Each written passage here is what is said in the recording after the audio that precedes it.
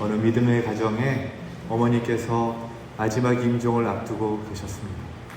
힘겹게 마지막 호흡을 내쉬고 있는 그 모습이 너무나 안타까웠어요. 그래서 옆에 있던 며느리가 이 시어머니를 향해서 이렇게 이야기를 했습니다. 어머니, 이제 천국 가시게 되니 얼마나 좋으세요. 너무 걱정하지 마세요. 거기 아버님도 계시고 친구분들도 계시잖아요. 거기는 눈물도 없고 고통도 없고 아픔도 없고 영원히 좋은 것만 보고 좋은 것만 찬양하고 그렇게 지내잖아요. 어머니, 그러니 여기 걱정은 마시고 이제 천국 가셔도 돼요. 이렇게 이야기를 했답니다. 아마도 며느리는 이 성경에 있는 대로 말을 한다고 했습니다. 실제로 또 틀린 말이 하나도 없습니다. 그런데 문제는 이 며느리의 말을 시어머니가 받아들일 때 죄송합니다. 인연이 나보고 살려고 너무 애쓰지 말고 빨리 죽으라고 하는구나. 그렇게 이 시어머니가 받아들였다는 것이죠. 이 시어머니는 눈을 이렇게 감고는 나지막한 목소리로 말씀을 하셨습니다. 그렇게 좋은 데를 나 혼자 가기 미안하구나. 너도 같이 가자. 순간 며느리가 당황스러웠어요. 어머니, 손주들 있잖아요. 저는 손주들 키워놓고 나중에 따라갈게요. 그랬더니 시어머니가 하는 말이 그러면 너도 가고 그놈들도 데리고 가고 다 함께 같이 가자. 그래서 이 임종의 순간이 썰렁해져 버렸다고 그렇게 이야기를 합니다. 여러분, 천국이 좋을까요? 지금 살고 있는 이곳이 이 세상이 더 좋을까요? 어떤 분은 저한테 그래요. 목사님, 결혼하기 전에는 여기가 좋고 결혼한 후에는 천국이 좋아요. 여러분은 어떠십니까? 우리가 알고 있듯이 요한계시록 21장을 보면 천국은 눈물도 수고도 아픔도 근심도 걱정도 저주도 죽음도 고난도 없는 곳이 천국입니다. 또 12보석으로 둘러싸여 이 성에서 영원히 하나님을 찬양하는 곳이 천국입니다. 천국은 이 세상과 비교할 수 없을 정도로 훨씬 더 좋은 곳이지. 여러분, 우리가 예수 그리스도를 구세주로 영접하는 그날, 예수님을 나의 주님으로 고백한 그 순간 우리는 영생을 선물로 받고 천국 백성으로 이 땅 가운데 살아가는 줄로 믿습니다. 믿습니다. 그러면 우리는 예수 그리스도를 믿고 난 다음에 영원한 하나님 나라의 백성이 될 자격이 주어지게 된 것입니다. 왜 하나님은 우리가 예수님을 믿자마자 천국에 바로 데려가시지 이 땅 가운데 살아가도록 생명을 다하도록 살아가도록 그렇게 내버려 두시는 것일까요? 아직 천국에 우리가 살 집이 준비가 되었지 않아서 그러시는 것일까요? 집을 다 지을 때까지 너희들 좀 기다리고 있어라. 하나님이 그러시는 것일까요? 예수님을 믿는 사람들은 영원한 하나님 나라를 바라보고 살아갑니다. 또 그 하나님의 나라에 가는 것이 궁극적인 우리의 목표이고 우리의 소원입니다. 그런데 그 좋은 천국을 하나님께서 예수 믿자마자 데려가시지 않는 이유는 이 땅을 사는 동안에 바로 그 하나님의 나라를 위해서 우리가 해야 할 일이 이 땅 가운데 아직 남아있기 때문입니다. 바꿔 말씀드리면 우리의 유익을 위해서라면 우리가 천국 가는 것이 훨씬 더 좋습니다. 하지만 우리의 유익을 위해서가 아니라 우리가 예수를 믿고 그리스도의 자녀가 된 저와 여러분이 하나님의 영광을 위해서 하나님의 나라를 위해서 이 땅에서 할 일이 남아있기에 하나님께서 이 땅에서 살도록 생명을 연장시켜 주셨다라는 것입니다.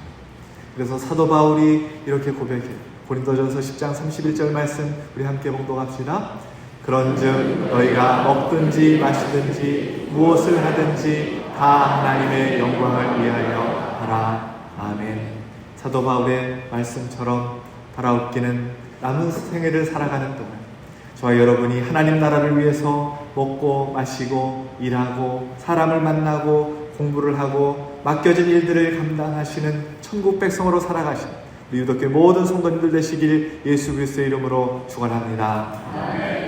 오늘 본문의 내용은 한 여제자가 병으로 죽었다가 다시 살아난 사건을 기록하고 있습니다.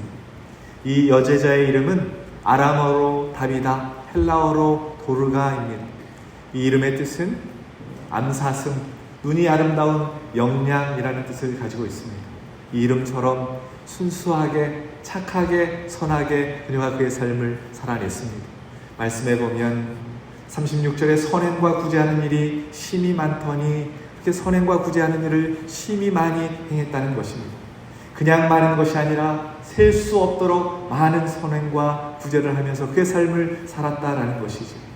그녀가 살고 있는 이 욥바라는 지역은 항구 도시였어요.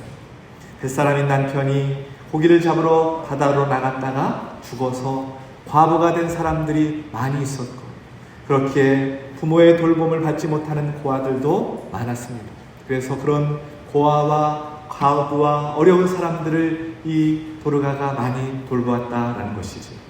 도르가의 정확한 나이가 성경에 기록되어 있지 않고, 도르가가 죽고 난 후에 그의 주변에 과부들만 모여 있다는 것으로 봐서, 또 가족에 대한 언급이 전혀 없는 것을 보아서 도르가도 아마도 나이가 많은 과부였을 것이라고 그렇게 추정을 합니다. 어찌되었든 이 도르가의 삶이 외롭고 힘들었음을 알 수가 있는 것이지. 특별히 그녀가 했던 일은 겉옷과 속옷을 지어서 옷이 없는 사람들에게 그 옷을 제공해 주는 일을 맡아서 했을 정도로 바느질을 잘했던 사람이었습니다. 함께 교회 생활을 하고 있는 다른 과부들과 따뜻한 교제를 나누며 나름대로 즐겁게 교회 생활을 하면서 그녀가 보냈습니다. 사랑을 받으면서 외롭고 힘들지만 서로 달래주며 서로 위로하며 서로 의지하며 교회 생활을 즐겁게 보냈지만, 교회 생활이 행복하다고 또 그곳에 있는 사람들과 섬기고 구제하는 일이 재밌다고 한들 그렇게 영원히 살고 싶다고 말하기에는 그녀의 인생이 너무나 버겁고 힘든 삶을 그녀가 살아내고 있었다라는 것이지. 정말 외로웠던 이 도르가가 꿈에 그리고 원했던 일이 있다면 영원히 안식하는 것, 그것이 아니겠습니까? 주님과 함께 영원히 쉴 수 있는 것이 도르가가 기대할 수 있었던 최고의 소망이었을 것입니다. 천국에 입성하는 것이지. 그런데 어느 날 이 도르가가 병이 들었습니다. 그리고 죽었습니다.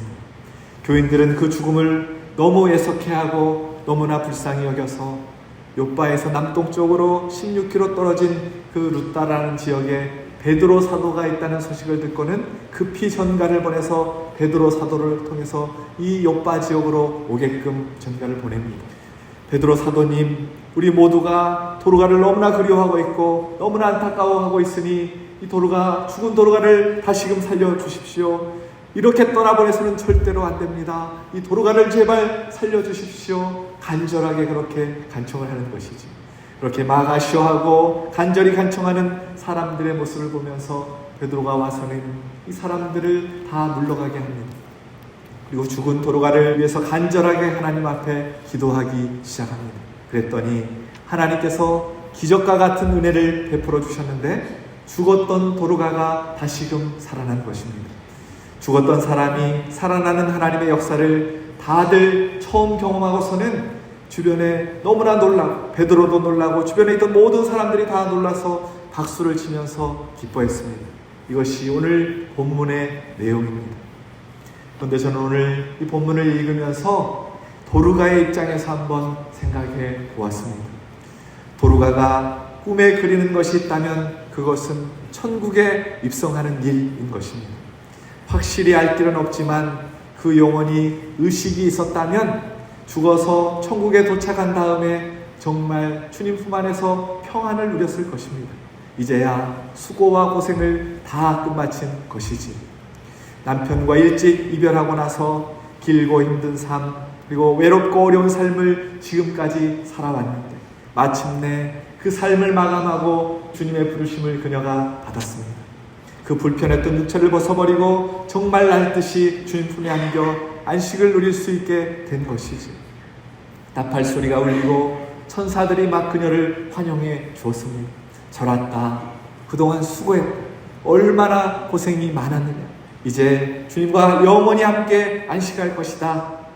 도르가는 너무나 기뻤고 주님을 만날 것을 생각하고 천국문을 열고 막 들어가려고 하는데 안에서 천사가 나오더니 하는 말이, 길을 막고는 하는 말이, 도르가야 너는 못 들어간다 그러는 겁니다. 왜 못 들어갑니까? 낮에나 밤에나 눈물 머금고 내 주님 만날 것을 그렇게 고대했는데 왜 못 들어갑니까? 천사가 하는 말이 베드로가 영발이 너무 세다. 베드로가 너무 간절히 살려달라고 기도했기 때문에 너는 들어갈 수 없다. 안 된다. 그러는 것입니다. 그래서 이름이 도로가가 되버렸습니다. 세상으로 다시 돌려보냈습니다. 그 영혼이 다시 몸으로 돌아왔고 눈을 떴습니다. 다시 살아났습니다. 그리고 앞에 낯선 남자가 앉아있는 것입니다. 여러분, 제가 한번 여쭤보겠습니다. 이 도로가가 눈을 뜨고는 그 낯선 남자 베드로를 본 다음에 나를 살려주셨군요. 다시 살아날 수 있게 해주셔서 너무나 감사합니다. 그러면서 감격하며 울었을까요? 아니면 왜 살려놓으셨냐고 베드로를 째려보았을까요? 두 가지 감정이 복합적으로 임했을 것 같습니다. 베드로는 손을 내밀어서 도로가를 일으켰습니다. 그리고 아래층으로 데리고 내려갔어요. 아래층에 모여있는 낯익 얼굴들이 보입니다. 놀라움에 입을 막고 말도 하지 못한 채 그녀를 쳐다보고는 소리 지르며 울기 시작했습니다. 기뻐할 줄 몰라서 펄쩍펄쩍 뛰기 시작합니다. 죽었던 도로가가 다시 살아났습니다. 너무나 기뻐서 얼싸안고 울기도 하고 웃기도 하고 할렐루야를 외쳤습니다. 그런데 여러분, 정작 도로가도 기뻤을까요? 다시 살아났다는 사실을 믿을 수 없어서 자신의 볼을 꼬집으며 즐거워했을까요? 물론 도로가가 죽은 시간에 무엇을 경험했는지는 모르지만 부활과 천국을 믿는 사람으로서 죽은 것을 기뻐해야 할지 살아난 것을 기뻐해야 할지 너무나 난처한 일이 벌어진 것 같습니다. 부활과 영원한 하나님의 나라를 믿고 있는 사람들의 그 고백의 진실함을 볼 때는 도로가가 살아난 것 때문에 좋아해야 하는지 아니면 그녀가 안식하게 되었다는 그 사실 때문에 죽음을 오히려 기뻐해야 하는지 난처하다라는 것입니다. 도로가가 다시 살아나서 얼마나 더 살아났는지 정확히는 알 수 없지만 결코 긴 시간은 아니었을 것입니다. 살아난 이유가 살아나기 전보다 훨씬 더 형편이 좋아진 상태가 된 것도 아닙니다. 죽었다가 살아나니까 더 젊어지지도 않았고 죽었다가 살아났기 때문에 더 부자가 된 것도 아닙니다. 죽었다가 살아났기 때문에 능력이 생겨서 그 능력을 가지고 호화스럽게 살 수 있었던 것도 아닙니다. 아니 몇 년 동안 세상을 호강하며 살 수 있는 기회가 주어졌다고 해도 도로가를 위해서는 주님뿐만 못하다 그 말입니다. 도로가를 위해서라면 주님 품 안이 가장 좋은 안식처인 것이지. 이것이 우리가 가지고 있는 신앙 고백입니다.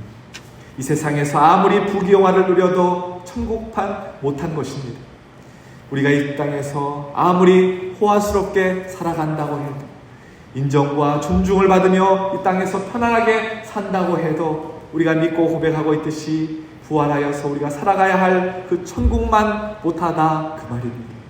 만일 그렇다면 천국과 부활의 소망으로 이 삶을 그 믿음으로 볼 때 도로가의 살아남이 그 주변에 있던 사람들에게 위로가 되고 충격이 될 수 있었는지는 모르지만 도로가의 입장에서는 참으로 애석한 일이 아닐 수 없는 것이지. 그렇다면 하나님은 도대체 왜 도로가를 다시금 살려 놓으신 것일까요? 사도행전을 기록한 누가는 이 도로가의 다시 살아난 사건에 대해서 본론을 우리에게 가르쳐주고 있습니다. 오늘 본문 41절 42절 말씀 함께 봉독합시다. 베드로가 손을 내밀어 일으키고 성도들과 바울을 불러들여 그가 살아난 것을 보이니 온 요파 사람이 알고 많은 사람이 주를 믿더라. 아멘. 예수님이 다시 살아나신 것은 그를 믿는 모든 사람들로 하여금 부활에 이르도록 하기 위한 부활의 첫 열매였다는 사실을 우리에게 가르쳐 주시기 위함입니다. 근데 오늘 도로가가 다시 살아난 것은 부활의 증인으로서 우리가 사명을 가지고 이 땅을 살아가야 함을 가르쳐 주고 있는 것입니다. 다시 말하면 도로가가 경험한 이 죽음이 천국을 확신하게 했다면 그녀는 그 남은 몇 년 동안 하나님께 나를 다시 살려주셔서 너무나 감사합니다. 그 감사와 감격으로 살기보다는 오히려 주님 앞에 나를 더 살게 해주셨으니 나에게 할 일이 있으니 주님의 명령 앞에 주님의 말씀 앞에 내가 순종하며 살겠습니다 하고 그렇게 주님 앞에 순종함으로 남은 인생을 살았을 것입니다. 사랑하는 여러분, 이 믿음과 사명은 죽었다가 살아난 사람에게만 있는 것이 아닙니다. 이 믿음과 사명은 부활을 믿고 세상을 살아가는 모든 사람에게 있는 것입니다. 사랑하는 사람과 아쉬운 이별을 한 그런 슬픔을 경험한 사람들, 먼저 우리 곁을 떠난 믿음의 사람도 모두가 다 동일한 소망을 가지고 살아가고 있는 것입니다. 이 소망은 하나님의 능력으로 죽었다가 다시 살아나는 것도 아니고 죽기 전에 이 세상에서 한번 보란듯이 한번 잘 살아봐야지 라는 것도 아닙니다. 내가 죽기 전에 호강 한번 해보고 죽어야지, 억울해서 못 죽겠다, 우린 그걸 위해 사는 사람들이 아니다, 막 그 말입니다. 절대로 아닙니다. 그러면 우리는 어떤 사람들입니까? 영원한 하나님의 나라, 예수 그리스도께서 부활하심으로 부활의 첫 열매가 되셔서 우리로 하여금 그 영원한 나라에서 누리게 하실 그 영광과 안식을 바라보며 살아가는 사람들이 저와 여러분인 줄로 믿습니다. 그래서 이 땅에 살아가면서 누리는 모든 순간들이 그 영광에 비교하면 좋게 비교할 수 없는 것이기, 우리는 이 땅에서의 누림보다 오히려 사명을 생각하며 살아가는 사람들이라는 것입니다. 우리가 안식하고 누리게 될 영원한 초소가 예비되었음에도 불구하고 이 세상을 살아가는 이유는 누림 때문이 아니라 사명 때문에 살아가고 있다는 것입니다. 따라서 삶의 형편이 어떠하든지, 내 능력의 정도가 어떠하든지, 내 삶의 고통의 무게가 어떠하든지, 호흡이 있는 모든 하나님의 사람들은, 부활을 믿는 모든 하나님의 사람들은 이 땅에서 다 사명으로 살아가고 있다라는 것입니다. 말씀을 준비하는데 찬양이 한 곡 생각이 났어요. 하나님이 내게 주신 사명 다 할 때까지 내가 주님을 따라가겠습니다 하는 찬양입니다. 고용원 문도사님의 주님 다시 오실 때까지 라는 곡입니다. 주님 다시 오실 때까지 나는 이 길을 가리라. 좁은 문 좁은 길 나의 십자가지, 나의 가는 이 길 끝에서 나는 주님을 보리라. 영광의 내 주님 나를 맞아주시. 주님 다시 오실 때까지 나는 일어나 달려가리라. 주의 영광 온 땅 덮을 때 나는 일어나 노래하리. 내 사모하는 주님 온 세상 구주시라. 내 사모하는 주님 영광의 왕이시라. 주님 오실 때까지 내가 달려가겠습니다. 내 사명을 다하겠습니다 라는 고백입니다. 함께 찬양합시다.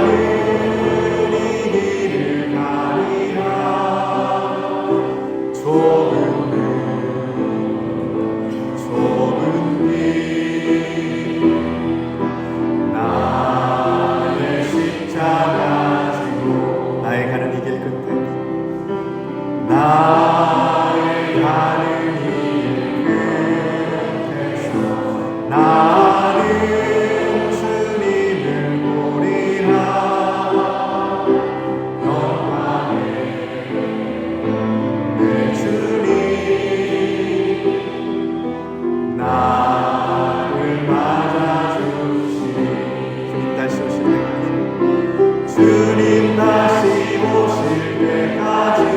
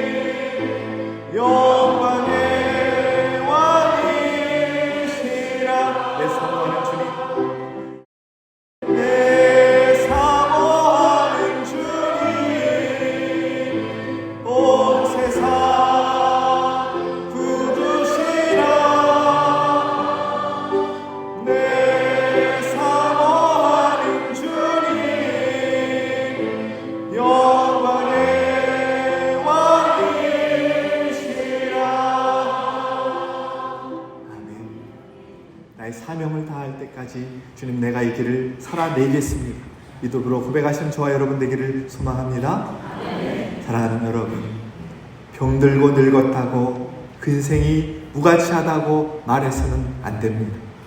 가난하다고 능력이 없다고 남에게 짐만 되는 인생이라고 말하지 말아야 합니다. 하는 일마다 안 되고 세상이 요구하는 적응력이 모자란다고 쓸모없는 인간이라고 말해서도 안 됩니다. 우리 모두가 마지막 숨을 내쉬고 있을 때 고생했구나, 이제 오너라, 편히 쉬어라, 주님의 음성을 듣는 순간까지 비록 그때는 알 수 없지만 우리가 순종으로 살아가야 할 이유와 사명이 있는 사람인 줄로 믿습니다.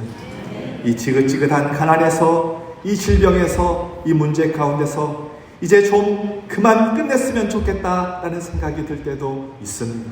그래서 하나님, 좀 그만 좀 살고 싶습니다. 그렇게 기도하는 우리 교우도 있습니다. 그러나 그럼에도 불구하고 그만 살고 싶어도 살아내야 하는 것은, 우리가 살아가야 할 이유가 내가 아는 것이 아니라 하나님이 아시기 때문입니다. 그래서 부활을 믿는 사람들이 마지막 순간까지 삶의 애착을 가지고 최선을 다해야 하는 이유는 죽는 것보다 낫기 때문도 아니고 이 세상이 더 좋아서도 아니라 우리는 몰라도 하나님이 아신다라는 이 믿음 때문이고 우리의 사명 때문이라는 사실인 것입니다. 그래서 힘든 삶이지만 우리가 어쨌든 살아가야 한다라는 것을 오늘 성경이 우리에게 가르쳐주고 있는 것입니다. 여러분 생각해 보세요. 정말로 죽었으면 좋겠다고 생각했던 사람은 도르가였을 것입니다. 천국에 확신이 있는 만큼 이 세상이 그렇게 재미가 없었을 것입니다.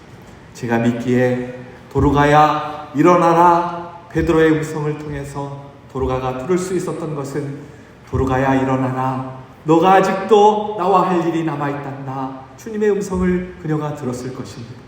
물론 도르가가 젊어진 것도 아니고 머리가 좋아진 것도 아니고 삶의 여건이 더 나아진 것도 아닙니다. 그래서 고생 없이 이 땅에서 100년을 더 산 것도 아닙니다.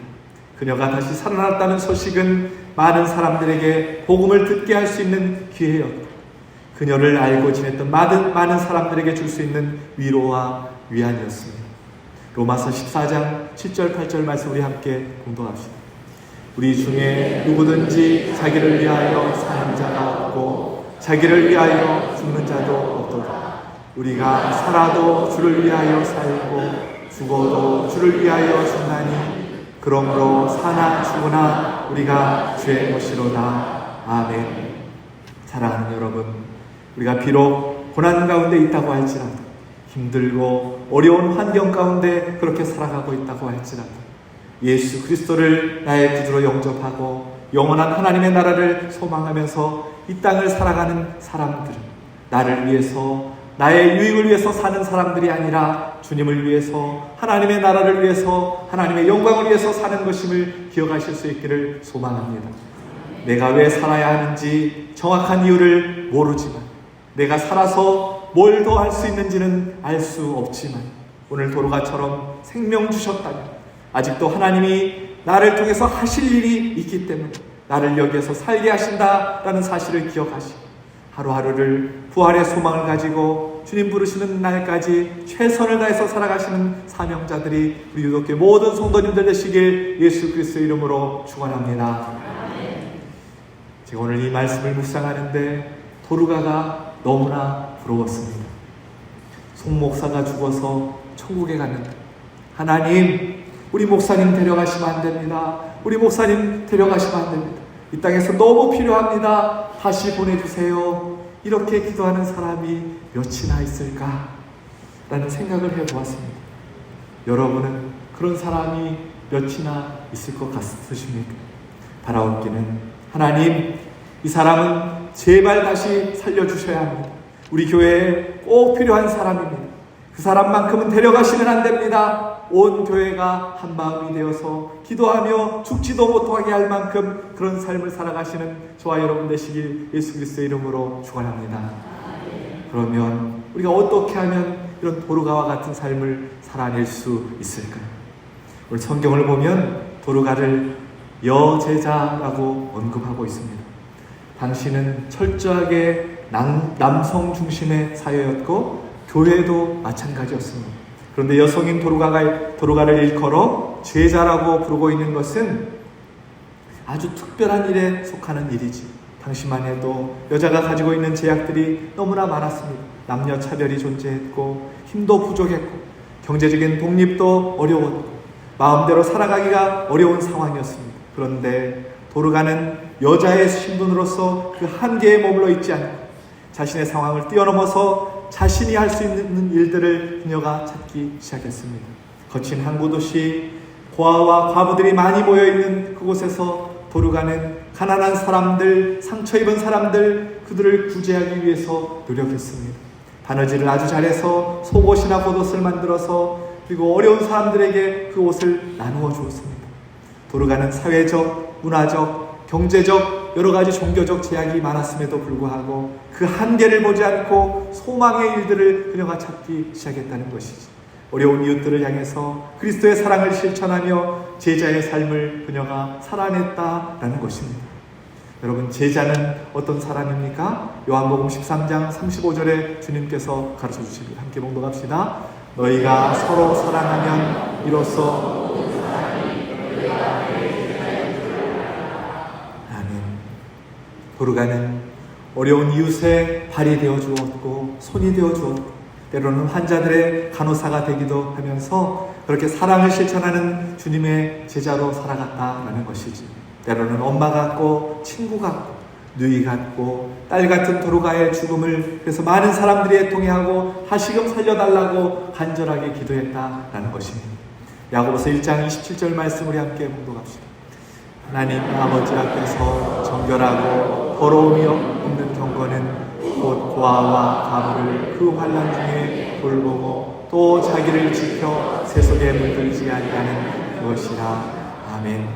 경건은 말로만 하는 것이 아니고 예배 때만 하는 것이 아니고 말씀을 듣고 끝나는 것이 아니고 우리의 삶 속에서 실천되어져야 그것이 참된 경건이고 참된 믿음이라고 말씀하고 있는 것입니다. 이 삶을 도르가가 실천하면서 살았다라는 것이지. 성 프란시스가 하루는 제자들과 함께 전도를 하러 마을에 내려갔습니다. 전도를 하러 나갔으면 예수님 믿으십시오 이렇게 외쳐야지. 그런데 한마디 말 없이 마을을 한 바퀴 돌고는 돌아왔습니다. 제자들이 이상해서 선생님 왜 전도를 안 하십니까? 라고 물었어요. 그러자 제자들을 향해서 이 성 프란시스가 방금 전도하고 왔지 않은가? 선생님 언제 전도를 했습니까? 지나가는 우리를 보고도 예수님을 안 믿을 사람이면 우리가 예수 믿으라고 한들 예수 믿을 수 없는 것일세. 성 프란시스가 그렇게 말했다는 것이지. 여러분, 말로 하는 전도가 소용없다는 말이 아닙니다. 진정한 전도는 삶을 통해서 보여주는 것이라는 뜻입니다. 우리가 정말 예수로 사는 것을 보여주면 예수님이 저렇게 좋은가, 예수님을 믿으면 저렇게 행복한가, 그러면서 나도 예수님 믿겠습니다 그렇게 고백하게 되어야 한다라는 것입니다. 어느 가난한 부인이 집안을 돌보기 위해서 거리에서 과일 행상을 하기 시작했습니다. 사람들이 많이 다니는 길거리에서 좌판을 깔고 사과를 팔기 시작했어요. 그런데 모든 사람들이 사과를 사갈 때 좋은 사과를 이렇게 골라가는데 유독 한 사람만이 사과를 살 때 깨져서 흠이 있거나 벌레가 먹었거나 오래되어 상한 사과만을 골라서 사가는 것입니다. 처음에는 무심코 그 사과를 팔았는데 그 다음에도 그 벌레 먹거나 흠 있는 사과만을 이 부인이 계속해서 골라서 사가는 것입니다. 그렇게 단골이 되어서 1년 동안 그렇게 그런 사과를 사가기에 미안하기도 하고 너무나 이상해서 그 이유를 물었답니다. 이보시오 부인, 모든 사람들이 사과를 살 때 빛깔 좋은 사과를 사가는데 왜 부인께서는 흠이 있는 것만 골라가는 것이오? 라고 물었더니 이 부인이 웃으면서 하는 말이 벌레 먹은 사과가 더 맛있잖아요 그러더랍니다. 그리고는 우리야 먹기 위해서 사는 것이니까 깨지든 흠이 있든 무슨 상관이겠어요. 맛있게 먹기만 하면 되지요. 그렇지만 아주머니는 흠 있는 것을 팔지 못하시잖아요. 그래서 제가 이거 골라가는 겁니다. 이렇게 얘기를 해 주었다는 것입니다. 그 말에 이 사과를 팔던 아주머니가 너무나 감동하시면서 물었답니다. 부인은 도대체 뭘 하시는 분이십니까? 그랬더니 저요, 저는 예수 믿는 사람입니다 라고 얘기를 했대요. 그랬더니 사과 파는 아주머니께서도 나도 당신이 믿는 예수님을 믿고 싶습니다, 그렇게 고백하고 예수를 믿게 되었답니다. 삶으로 예수님을 믿는 모습을 실천하면서 사랑하며 섬기며 그렇게 살아야 된다라는 것이지. 이제 말씀을 정리하겠습니다. 오늘 본문은 도르가 사건을 통해서 죽은 사람이 다시 살아났다, 이 기적을 말하고 있는 것이 아닙니다. 도르가처럼 사는 것이 얼마나 복된 삶인가. 다시 말하면 죽어서 도르가가 더 좋은 천국에 들어갔는데도 하나님, 도르가를 그냥 보내서는 안 됩니다. 도르가는 좋은 천국에 갔지만 우리에게 도르가가 너무나 필요합니다. 도르가가 없으면 안 됩니다. 그렇게 하나님 앞에 간절히 기도할 정도로 사랑을 베풀고 사람들에게 도움을 주고 섬기며 사는 삶, 즉 선행과 구제하는 일이 얼마나 복된 일인가를 오늘 성경이 우리에게 가르쳐주고 있습니다. 또한 우리가 이 땅을 살아가고 있는 이유는 우리의 유익을 위해서가 아니라 하나님 나라의 확장을 위해서, 하나님의 영광을 위해서 사명 맡은 자로 살아가고 있음을 성경이 우리에게 가르쳐주고 있습니다. 바라옵기는 부활의 소망을 가지고 천국 백성으로 이 땅을 살아갈 때 입술로만 예수님을 믿는 사람들이 아니라 하나님의 말씀을 지켜 행하며 겸손히 도르가처럼 세상 가운데 주님의 모습을 보여주며 사랑을 실천하며 살아가는 주님의 참된 제자가 유독교회 모든 성도님들 되시길 예수 그리스도의 이름으로 축원합니다.